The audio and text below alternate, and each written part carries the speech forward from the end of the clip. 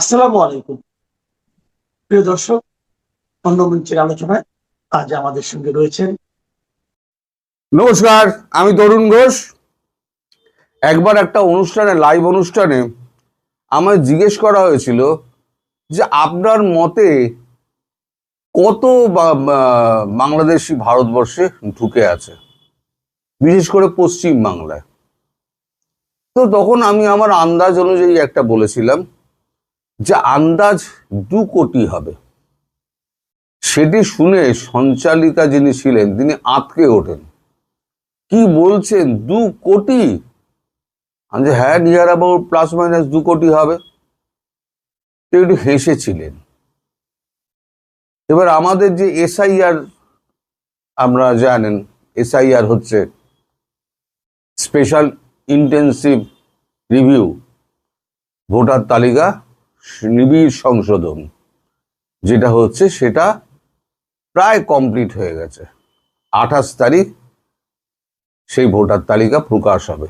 একটা প্রকাশ হয়ে গেছে, আবার একটা প্রকাশ হবে। এবার গতকালকে আমাদের মুখ্যমন্ত্রী মমতা বন্দ্যোপাধ্যায় তিনি যা বলেছেন তাতে আমার যে বক্তব্য সেটাই সমর্থন করে। এখন আমি তো অনেক কথা আগে বলি, তখন আপনারা হাসেন, বলেন এই লোকটা পাগল, লোকটা যা বলে সব ভুলভাল বলে, ওনার কোনো তথ্য নেই, কিছু নেই, উনি একটা আন্দাজে বলে দেন।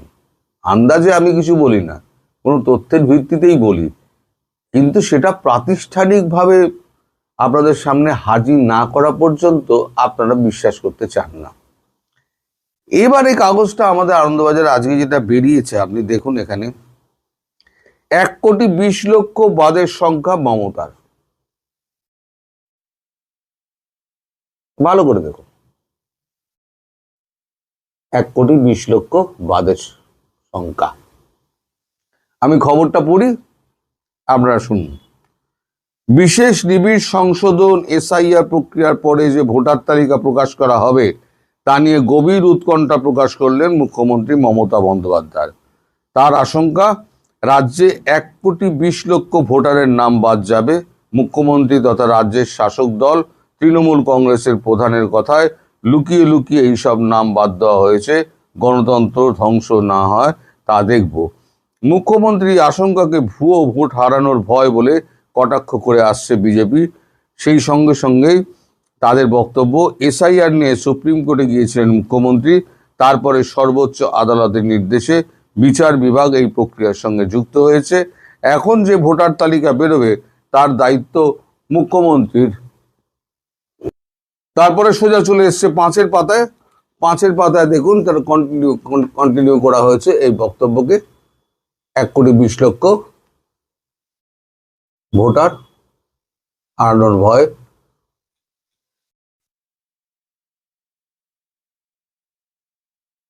বলা হচ্ছে তার উপরই বর্তাবে। বিরোধী দলনেতা শুভেন্দু অধিকারীর দাবি, 28 ফেব্রুয়ারি ভোটার তালিকায় যে নাম বাদ যাবে তার দায় এখন নির্বাচন কমিশনের বা কেন্দ্রীয় সরকারের নয়, বিজেপিও দায়ী নয়, দায়ী রাজ্য সরকার এবং মুখ্যমন্ত্রী মমতা বন্দ্যোপাধ্যায়। সুপ্রিম কোর্টে গিয়ে তিনি মামলা করেছিলেন, যাদের নাম 28 তারিখে বেরোবে না তাদের উচিত কালীঘাটে গিয়ে কৈফিয়ত চাওয়া। কালীঘাট বলতে মুখ্যমন্ত্রীর যে বাড়ি। সুপ্রিম কোর্টের নির্দেশে বিচারকদের নিযুক্ত করার পরেও এসআইআর বকেয়া নথি যাচাইয়ে সন্তুষ্ট নন মুখ্যমন্ত্রী। কলকাতায় একটি অনুষ্ঠানে বুধবার তিনি বলেন, এসআইআর চলছে, অনেকেই ভোটার তালিকা থেকে বাদ গিয়েছেন, আমি দুঃখিত। তার অভিযোগ, প্রথমে 58 লক্ষ বাদ গিয়েছে, এখন সে নিয়মেই কোনো নিয়মই নেই যা যুক্তিগ্রাহ্য। অসঙ্গতির লজিক্যাল ডিসক্রিমেন্সির নামে 80 লক্ষ নাম বাদ দেওয়া হয়েছে, তার মধ্যে 23 লক্ষ আমরা ধরে ফেললেও 1,20,00,000 নাম বাদ চলে যাবে। সুপ্রিম কোর্টের রায়ে 4-5 দিন পরেও যাচাইয়ের কাজ শুরু না হওয়ার অভিযোগ করেছেন তিনি। তার আশঙ্কা, তারা সব কাগজপত্র আছে, নাম বাদ যাবে। মুখ্যমন্ত্রীর দাবি, শুনানি শেষের পরে সংশ্লিষ্ট পোর্টালে লগ ইন করে নাম বাদ দেওয়া হচ্ছে। মুখ্যমন্ত্রী হিসেব আদালত নিযুক্ত বিচারকের যা যুক্তিগ্রাহ্য অসঙ্গতি এবং আনম্যাপড যাচাই করবেন তার সংখ্যাও 50 নয় 80 লক্ষ, মানে টোটাল সব মিলিয়ে 1,20,00,000। 1,20,00,000 এই যে উনি বলছেন না, এবার যখন এনআরসি হবে এর মধ্যেও কিন্তু ভেজাল আছে। এনআরসি যখন হবে তখন দেখবেন আর ওই 80 লক্ষ বা 1 কোটি আরো বাদ যাবে।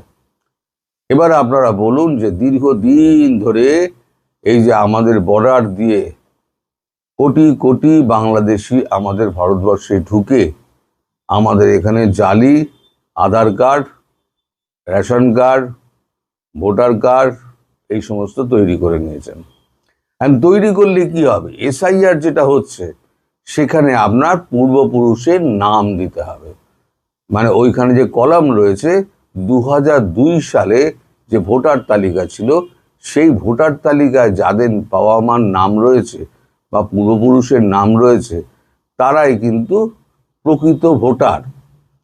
তারপরে যারা 2002 সালের পরে যারা জন্মেছে, তারপরেও তার যে জন্মেছে তার তো বাবা আছে, ঠাকুরদা আছে, কেউ না কেউ আছে, তো তার নাম দিক। তার কোথায় আছে, তার ভোটার ক্রমিক সংখ্যা নাম্বার কত, কোন কেন্দ্রে তার ভোট ছিল সেটা দিক, তাহলে পরিষ্কার হয়ে যাবে।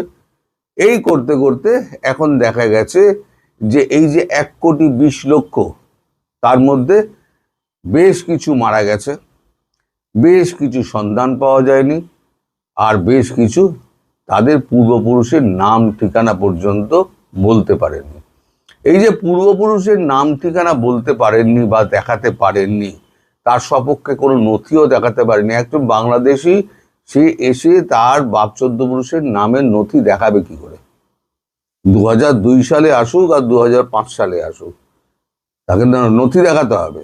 2002 সালের পরে হলো এখানে এলো, তার বাবার নাম, তার সমস্ত কিছু থাকবে।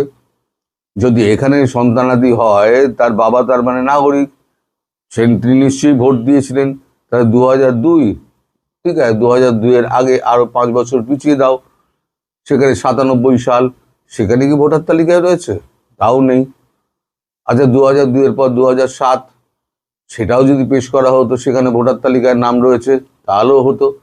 কিন্তু তাদের কোনো মতেই তাদের এই ভোটার তালিকার মধ্যে তাদের জোড়া যাচ্ছে না, তাদের ডকুমেন্ট নেই বলে।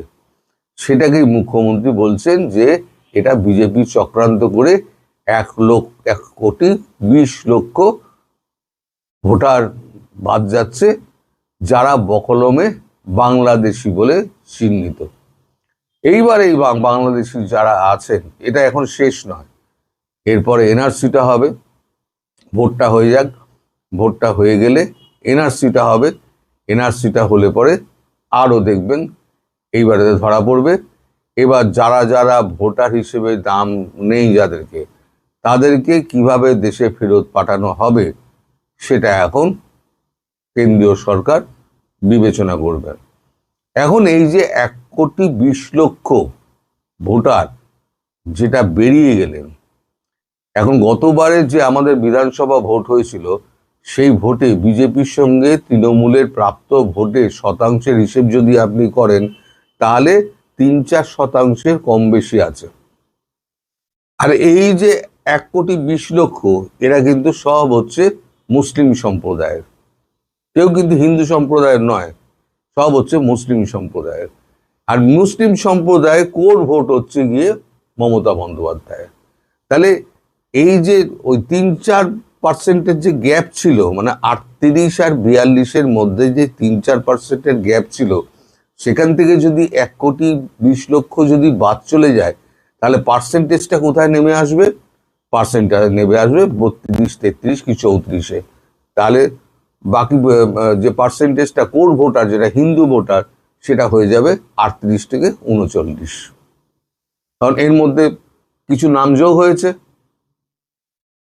তাদের মধ্যে কিছু হিন্দুত্ববাদী তৈরি হয়েছে এতদিনের মধ্যে, তারা ভোট দেবে এবার বিজেপিকে। তাহলে তৃণমূলের বিপদ, বিপদ মানে সিংহাসন হারানোর বিপদ দেখতে পাচ্ছেন, সিঁদুরে মেঘ দেখতে পাচ্ছেন মুখ্যমন্ত্রী। তার জন্যই মুখ্যমন্ত্রীর এই বক্তব্য এবং এতটা উনি রাগান্বিত কেন্দ্রের ওপরে। এই যে আপনারা বলেন না কত কত বাংলাদেশ ঢুকেছে, কত বাংলাদেশি ঢুকেছে, আমি তো বাজে কথা বলি, কিন্তু কাগজ তো বলবে না, মুখ্যমন্ত্রীও বলবে না। মুখ্যমন্ত্রীর কথা, মুখ্যমন্ত্রীর কাগজ দুটোই আপনারা দেখিয়ে দিলাম। এবার আপনারা বুঝে নিন যে 26 লক্ষ আপনাদের ওখানে যেটা বলা হয়েছিল সেটা কতটা সঠিক, আর আমাদের এখানে এসআইআর করার পরেতে সরকারিভাবে ইন্ডিয়া গভর্নমেন্ট যেটা করেছে, ইন্ডিয়া গভর্নমেন্টের যে তথ্য এবং তালিকা যা থাকবে তাতে 1,20,00,000 আপাতত পশ্চিমবঙ্গে। সারা ভারতবর্ষ যদি আপনি যোগ করেন তাহলে ওটা 15-20 কোটিতে পৌঁছে যাবে। এইবার সব তার পরবর্তী ক্ষেত্রে কি করে তারা দেশে পার যাবে তাদের ব্যবস্থা ভারতবর্ষ নিশ্চয়ই করবে। তাহলে বাংলাদেশের জনসংখ্যা এখন কত আছে? 18 কোটি। এবার যদি 10 কোটি, যদি মিনিমাম যদি 10 কোটি পাঠিয়ে দেওয়া হয় সেটা হয়ে যাবে 28 কোটি। এবার আপনারা বুঝে নিন আপনারা কি অবস্থার মধ্যে রয়েছেন। আমাকে যে এত গালাগাল করেন, আপনারা বুঝে নিন যে আমি সত্যি কথা বলেছিলাম না মিথ্যে কথা বলেছিলাম। আজকে আমি সেই সঞ্চালিকাকে আমি এই খবরের কাগজে কাটিংটা ধরে আমি পাঠিয়ে দেবো, আর মনে করিয়ে দেবো যে আপনি সেদিনকে আমার প্রশ্ন করেছিলেন, আমি বলেছিলাম, আর আজকে মুখ্যমন্ত্রী যেটা বলছেন এটা সচক্ষে দেখে নিন।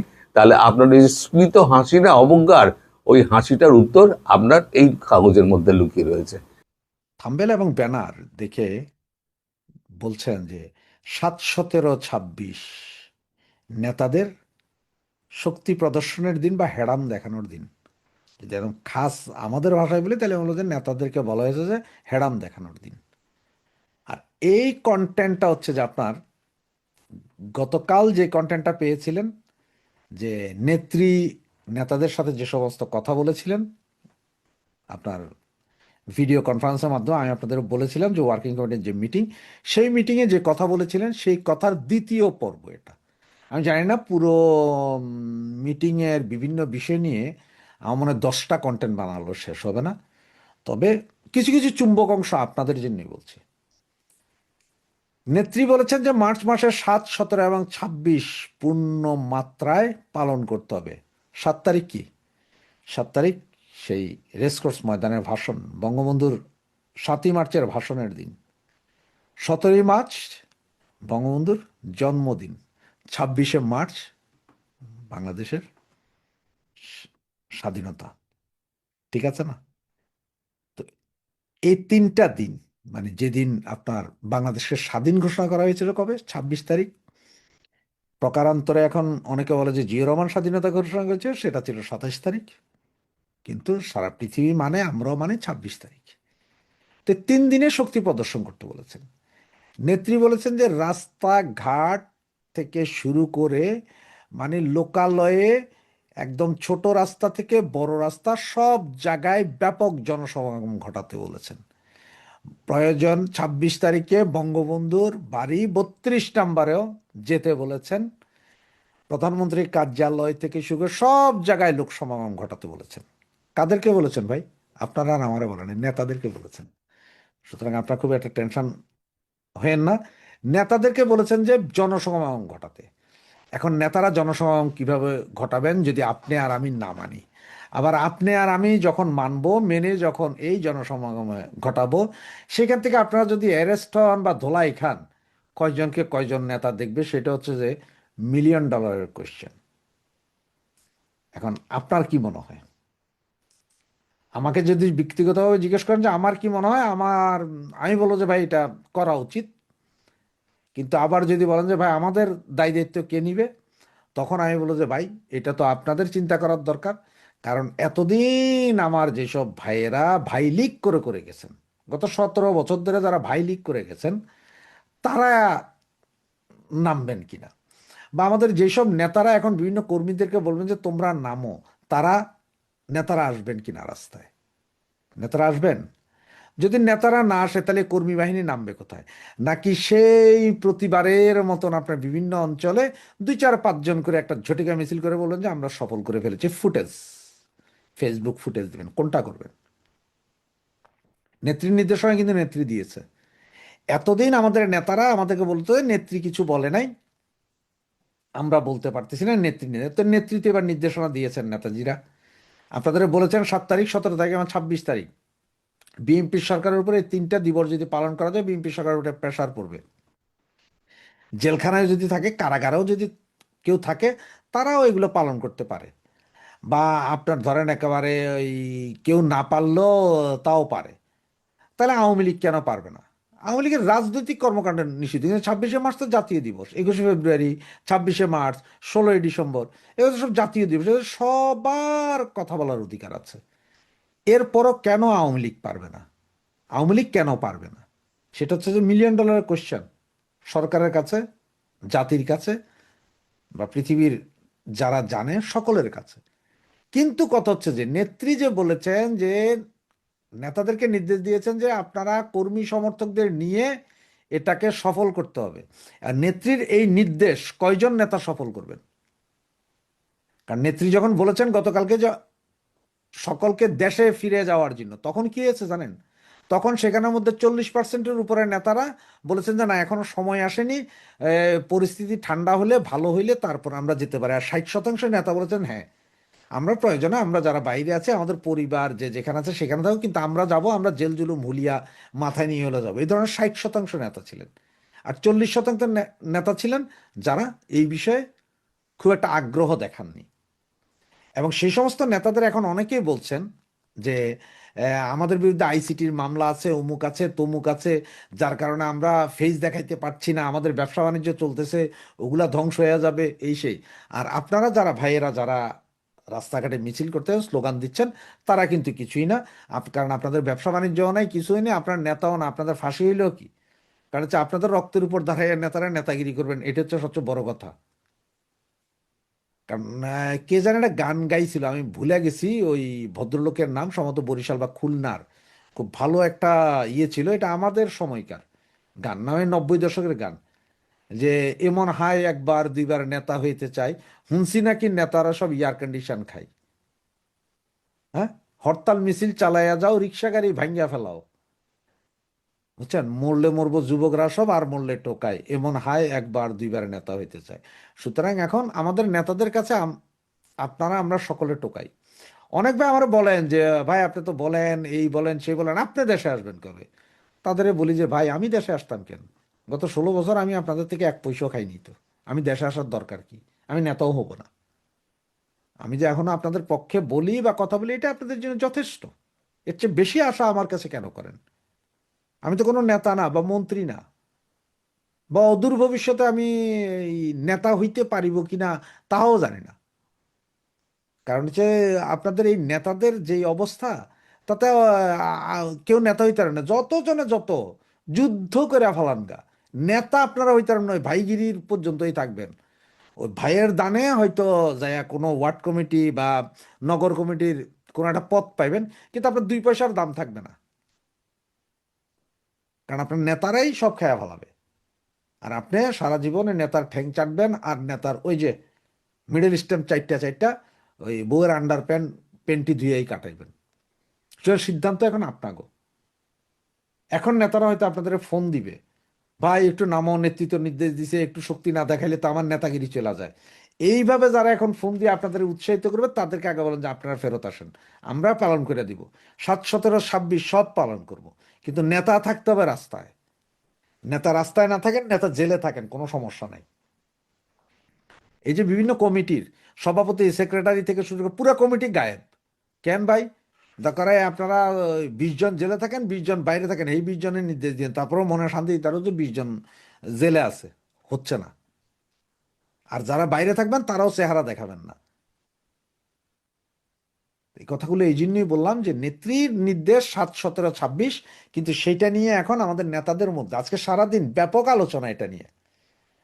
মানে গতকাল নেত্রী দিল্লি থেকে হোয়াটসঅ্যাপ কলে ভার্চুয়ালি জয়েন করেছেন, এবং কলকাতাতে আমাদের এক নেতার বাড়িতে, নামটা বললাম না, ওনার বাড়িতে যেসব ওয়ার্কিং কমিটির মেম্বার টেম্বাররা জয়েন্ট করেছিলেন, তাদের মিটিংয়ের পরে আজকে সারাদিনে তাদের গুপ্ত মিটিং হয়েছে, আবার 2-3 জন করে। আরে ভাই কেমনে নেত্রী বলছে ভাই, এটা কি হবে কিনা, শুরু হয়ে গেছে, কিন্তু নেত্রী নিয়ে ট্রল করা শুরু হয়ে গেছে ওনাদের মধ্যে, হারামজাদাগুলোর মধ্যে। আর এইসব নেতাগুলোই এখন নেতামি করার জন্য হলো আপনাদের ফোন দিবে। তো আজকে আমি ধানমন্ডি 32 নামে একটা ইয়ের গ্রুপ আছে, কি বলে, টেলিগ্রাম গ্রুপ। আনফর্চুনেটলি সেখানে গিয়েছিলাম। সম্ভবত একজন ব্যক্তি কথা বলেছেন, তিনি সম্ভবত আমাদের নেত্রীর, মানে প্রাইম মিনিস্টারের সচিব বা কিছু একটা ছিলেন, এইরকম একজন ভদ্রলোক। তিনার একটা কথা আমার খুব ভালো লেগেছে। তিনি বলেছেন যে ভাই আমাদের দিয়ে আর হবে না, কারণ আমরা সব বুড়ো হয়ে গেছি, আমরা নেতৃত্ব ধরে রাখলে এই দল টিকানো যাবে না। আমাদের পক্ষে এখন কোনো যুব সমাজ নাই, ইয়াং বয়সী কোনো ছেলে নাই। তার মানে 15 থেকে 30 বছরের ভিতরে কেউ আমাদেরকে আর সমর্থন করে না। যে যেখানে পায় সেখানে আমাদের গালাগালি করে। আমার মনে হয় নতুনদেরকে নেতৃত্বে আনা উচিত, যারা রাস্তায় মিছিল মিটিং করেছিল 12 তারিখের আগ পর্যন্ত। ওই সমস্ত লোকগুলোকে আনা উচিত। সমস্ত কমিটি ভেঙে দিলে ওই সমস্ত লোকগুলোকে সম্মুখে নিয়ে আসা উচিত, যারা রাস্তাঘাটে চেহারা দেখাইছে, অন্তত চেহারা দেখায় 2টা কলম লেখছে। যারা চেহারা দেখায় লেখে নেই তাদেরও না, যারা চেহারা দেখাইছে। এই ভদ্রলোকের কথাটা আমার খুব পছন্দ হয়েছে, জোনার কথাটা, যে আমরা বুড়ো হয়ে গেছি, আমাদেরকে দিয়ে আসলে হবে না, আমরা এখনো বুঝতেছি না, পাবলিকের মনোভাব বুঝতে পারতেছি না। কথাটা ভালো লাগছে এই জন্যই যে এখন নেত্রীর এ কথার পরে 7, 17, 26 এই কথার পরে এখন ব্যাপক আলোচনা কে কিভাবে করবেন, মানে আমরা ডাক দিলে হবে কিনা। 300 আসনের যেসব এমপিরা আছেন ভাইয়ারা, আপনারা চাইলেও আসন ওয়ারি 200 জনের একটা মিছিল বের করতে পারেন। সেটা কি পারবেন আপনারা? মিনিস্টার সাহেবরা আপনারা কি পারবেন? নগর মহানগর ওয়ার্ড কমিটির নেতৃবৃন্দরা আপনারা কি পারবেন এক একটা করে মিছিল নামাতে? ঝটিকা মিছিল নাই, সম্পূর্ণ সগৌরবে একটা মিছিল করবেন। সেটা মিনিমাম হইতে হবে 15 থেকে 20 মিনিট। একটা রাস্তা পুরা ঘুরতে হবে। ব্যানার একটা নিলেন, 3 জনে জয় বাংলা বললেন, 2 জনে মোটরসাইকেল দিয়ে ভিডিও করলেন, 30 সেকেন্ডের ভিডিও, এরপর আপনার হাওয়া হাওয়া ও হাওয়া খুশবু লুটা দে, এইভাবে না? পারবেন? যদি এইভাবে পারেন, নেতারা যখন ফোন দিবে নেতাদেরকে বলেন যেভাবে পারবে কিনা, নেতারা আসবেন কিনা, নাকি নেতারা বাহিরে থেকে গায়ে ফুলবাবু সেজে আমারে আপনারা রাস্তায় নামাবে, কোনটা? না, আমি আপনাদের ভাঙার জন্য না, আপনাদের আশা ভাঙার জন্য না, বা আশাহত করার জন্য কথাগুলো বলছি না। আমি জাস্ট কথাগুলো বলছি যে নেত্রী নেতাদেরকে নির্দেশনা দিয়েছেন যে এই কাজ, এই শক্তি দেখাতে হবে। নেতারা সেই শক্তি দেখানোর জন্য নেতারা আসবেন কিনা, নেতারা আপনাদের রিস্ক নিবে কিনা। নেতাদেরকে গতকাল বারবার বলে দেওয়া হয়েছে যে আপনারা আপনাদের অঞ্চলের ছেলেপেলেগুলোর খবর নেন, তৃণমূল কর্মীদের খবর নেন, যে যেখানে আছে খবর নেন, যারা জেলে আছে এই মুহূর্তে জামিনের ব্যবস্থা করান। জামিন হওয়ার পর পর ফেসবুকে ফুটেজ দিয়েন না। মোটামুটি জামিন হওয়ার পরে ছেলেপেলেরা যখন তাদের বাবা মার কাছে ফেরত যাবে, তারপরে যায় কথা বললেন, তার আগ পর্যন্ত বললেন না। নেতারা কি সেগুলো করছেন বলে আপনার মনে হয়? আপনাদের মতামত কি? প্লিজ আপনাদের মতামত এই 7, 17, 26 কি হবে, কিভাবে কি করবেন, আপনাদের কি মতামত সেটা একটু কমেন্ট বক্সে জানিয়েন। তাহলে আমি আপনাদের কমেন্টসগুলো পড়ে সেগুলো নিয়ে আবার আর একটা ভিডিও করব। জয় বাংলা, জয় বঙ্গবন্ধু।